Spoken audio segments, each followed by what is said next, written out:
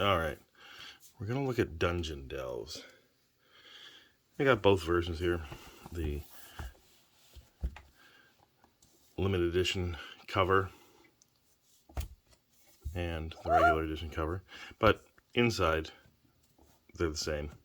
So really all you've got, if you get the limited edition cover, is the front and back. It's really nice.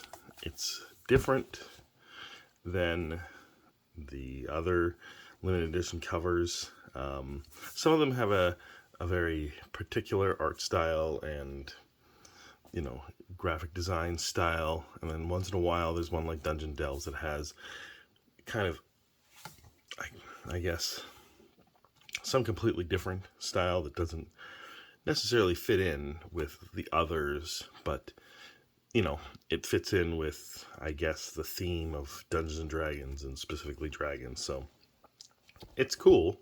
Just I kind of wish they'd be a little bit more uniform, or they'd all be wildly different. I don't know.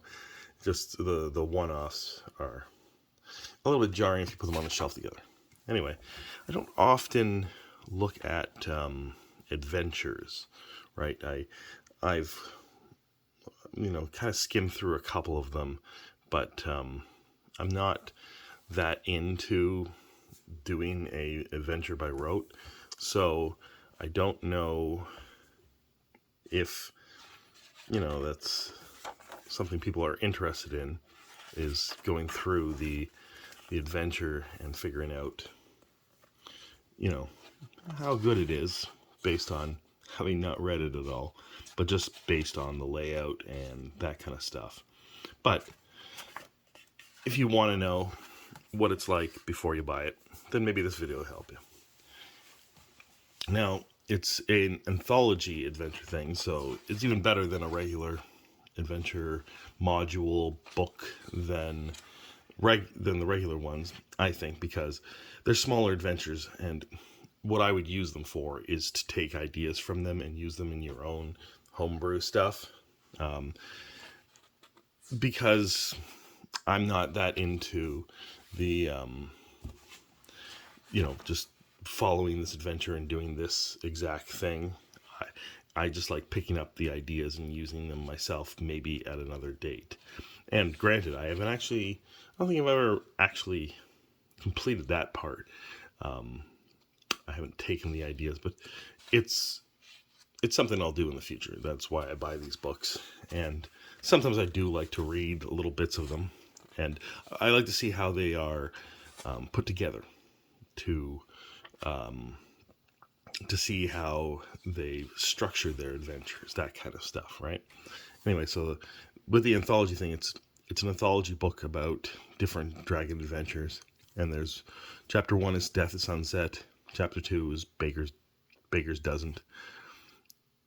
And then you go in. So this is a history of green dragons. I see. Okay. So you got two green. Oh, so that's history of green dragons, history of gold dragons, history of silver dragons, the will of Orcus, history of brass dragons, for whom the void calls, history of bronze dragons, the dragon of Najkir, history of red dragons, the forbidden veil, history of black dragons, before the storm, history of white dragons, chapter 8, shivering death, history of copper dragons, a copper for a song, history of blue dragons, dragons of the sandstone city. So I'm guessing what this is all supposed to be is each individual color of dragon, or whether it's metallic or chromatic, has their own adventure. And apparently so you learn the history of their before you do the adventure, just so I guess you can get them right. I would assume you could probably skip that part, even if you're running it as a one-off, because you can still put your own flavor into it and not have to care necessarily about the history of the dragons. But that is interesting stuff, because, again, ideas you could use at a later date. So if you're running the adventure, you don't have to necessarily read the history of each of the dragons before running the dragon adventure. But if you want to use something in your own homebrew campaign, that history thing is actually kind of cool. and it pairs nicely with the other dragon books. We got the Fizzban's dragon thing that expands on dragons, so that's pretty cool. And this is just sort of telling you about dragons in Dungeons and Dragons, what they're like, and how to use them, and what they're like. They like the horde magic items and that kind of stuff, right? So this is what the history of Green Dragons is. Interesting. They're using that's a Dragonlance image. That is the Elf King, not Lorwyn. I can't remember. Anyway, Alana Starbreeze's father tried to use the Dragon Orb, and it had the Great Worm, I can't remember his name now, that was in the Dragon Orb and was manipulating him and had transformed Sylvanesti into this dark place, and the companions went in and basically, rescued him, and stopped what was happening, and then Raceland Magyar took the Dragon Orb and eventually learned how to use it and became very powerful. So it's interesting that they're using that image. And, you got magic cards. So now you got cross-referencing things, because this is a green dragon from Magic the Gathering, except that it's from which one is it? Adventures in Forgotten Realms. So the Dungeons and Dragons set in Magic the Gathering. And that was 2021 that came out, I think. So they brought Dungeons and Dragons into Magic the Gathering. And it's kind of cool. Weird they don't show the awesome mythic ancient green dragons, but whatever. Or Old Gnawbone or something like that. Oh, so you get like all these different concept arts that they were looking at, because they did update the design of the dragons for the 2024 D&D. Anyway, so this is the adventure Death of Sunset. You got key plot points, so this gives you like a little overview, and this tells you how to prepare, and what to set up and that kind of thing. And these are the, I guess, creature encounters you're going to have. I imagine you'll have random encounters too, that you might have to look up other creatures, but these are the creatures you need to be familiar with because they're going to show up. And then here are the NPCs, and tells them what, who they are and where they're located. It's very well set up. And then gives you some of the adventure background, and more background on like the different factions that you're going to be interacting with. And then this is the call for heroes, which is, basically telling your players that what's happening, how this is starting out, and kind of getting them into the adventure itself. And then this is, gathering supplies, village green. So this is the opening bits as they're wandering around, figuring out what they need to do. And then I'm guessing the Redwood Grove has some sort of, has whatever the MacGuffin, the point of interest, whatever, and that they're going to be investigating. Something's going on. Looks like sickly redwoods, so some of them are dying, so maybe there's something causing that, I imagine, and you're going to find out. So these are pretty well set up, and so then we get into the Gold Dragon one. I wonder why there's I guess this is alphabetical, so Gold Dragons. So now the Gold Dragons are the most striking updated design, because you got this, and that is not the way Gold Dragons looks before. Well, maybe it is 2003 from Todd Lockwood, so maybe someone had come up with this concept idea and they decided to use it. And this is one of the ancient Gold Dragons or the ancient dragons in the next Dungeons and Dragons set in Magic the Gathering, which was Baldur's Gate. It was a Commander Legends Baldur's Gate. So these are very hard to find and expensive cards. Anyway, so the updated design. So they kind of wanted to fuse the Western and Eastern views of dragons in gold dragons specifically. So you get a longer body with, basically wings that go along the entire body. And because it's a magical creature, it doesn't have to have necessarily a physical, it doesn't have to necessarily be one with physics, right? I mean, dragons themselves, who knows if they could even, the way that they're depicted traditionally, who knows if that thing could even take off.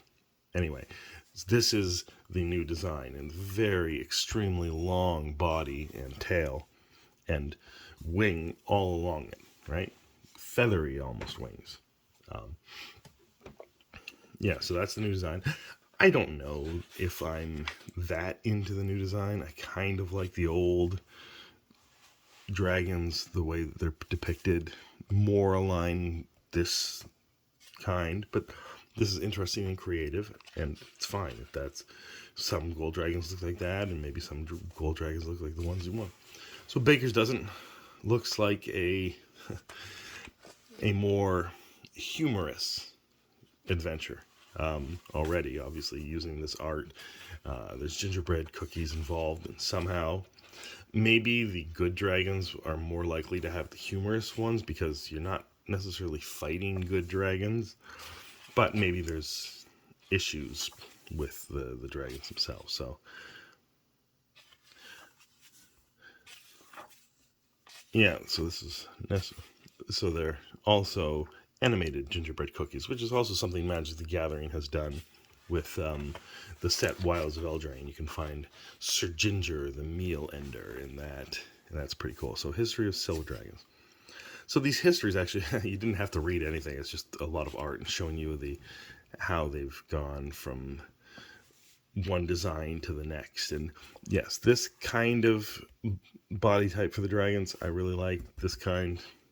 Yep, and then here's another ancient silver dragon from Magic the Gathering.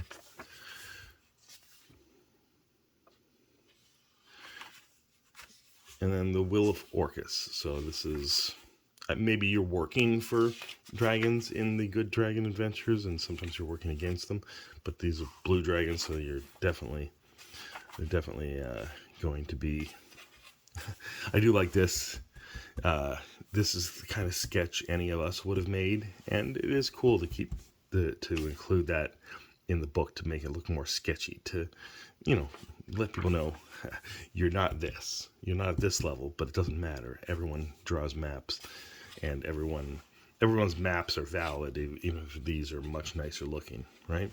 So you got the Temple of Orcus, which is your typical little dungeon adventure that's just a sort of an underground temple. I assume, yeah, to the surface, right? So that's the most classic, I guess, of the Dungeons and Dragons adventures, is that there's an underground temple and there's evil people doing things and sacrificing things, and you've got to go stop them. And then there's maybe a secret room in there, maybe there's secret treasures. So the history of brass dragons. There's not a lot of brass dragons depicted in art, because obviously the big ones are red, gold, silver, and definitely green and blue. And then the other ones, they don't show up as much, except in Dungeons & Dragons, where they show up a lot. And I guess Ancient Brass Dragon, I think that's the most expensive one in the Baldur's Gate Magic the Gathering set. It's probably over $100, I think, anyway. You could correct me. Anyway, I'm not sure that any of these designs, maybe that one, I kind of like that design, maybe. And then For Whom the Void Calls. And this is the Brass Dragon Adventure. So, again, Brass Dragons are good. Chromatic Dragons are good. Metallic Dragons are good. Chromatic Dragons are evil.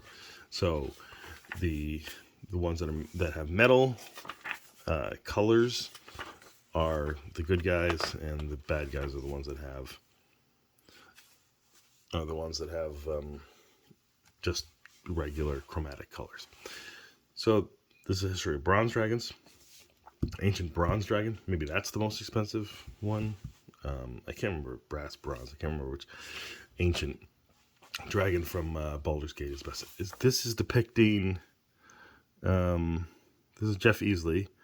I thought this was depicting the Maelstrom in Dragonlance, but it says Dragons of Faith. Oh yeah. This is probably from the module that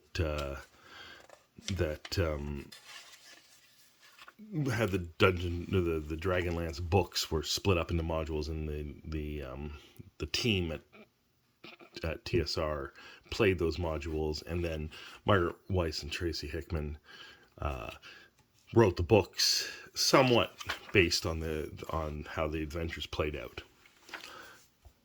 Now this is a very nice design for a dragon. They're doing quite well with most of these. This one again, this is more of the new design. And I guess it's Alexander Ostrowski, and I guess he kind of designed all the dragons in that similar vein, which is fine again, but I prefer this kind of stuff.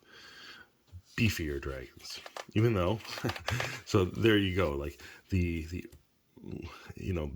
physics of a dragon, like look at all this muscle, and this has a lot more wing to it and a lot less weight. So technically, I don't know if either of them could fly, but if you're going to go with just straight physics, this one's the more likely one. So the Dragons of Nashkir. Interesting. Scalanthus skies. I don't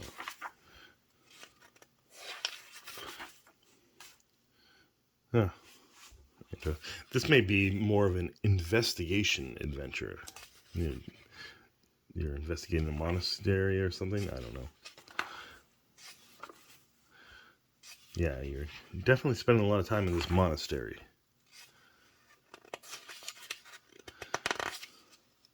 Maybe he's a protector of the monastery or something like that. I don't know. Red dragons. More Dragonlance. I'm guessing, yeah, you'd have to use a lot of Dragonlance art if you're showing a bunch of old art from the 80s of dragons. So that's, is that Verminard? Yeah, it's probably Verminard. And that's Toad down there. And then his red dragon mount. Yeah, it's pretty cool.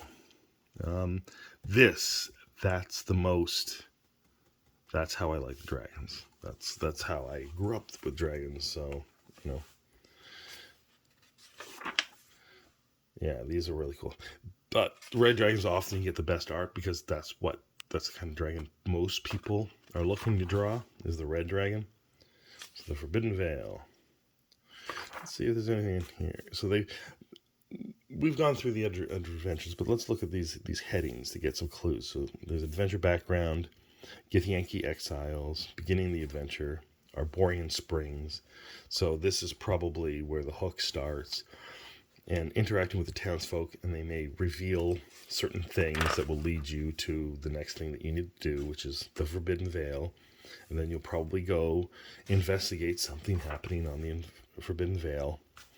And these are the different parts of the Forbidden Veil, and these will each give you different clues to get you to the point where you're, probably the Hall of the Dragon. It's probably one of the final bits of clues, and then you know what to do, and then you start going either back where you came from, back to the things that led you those clues, or you're going to new places within the area.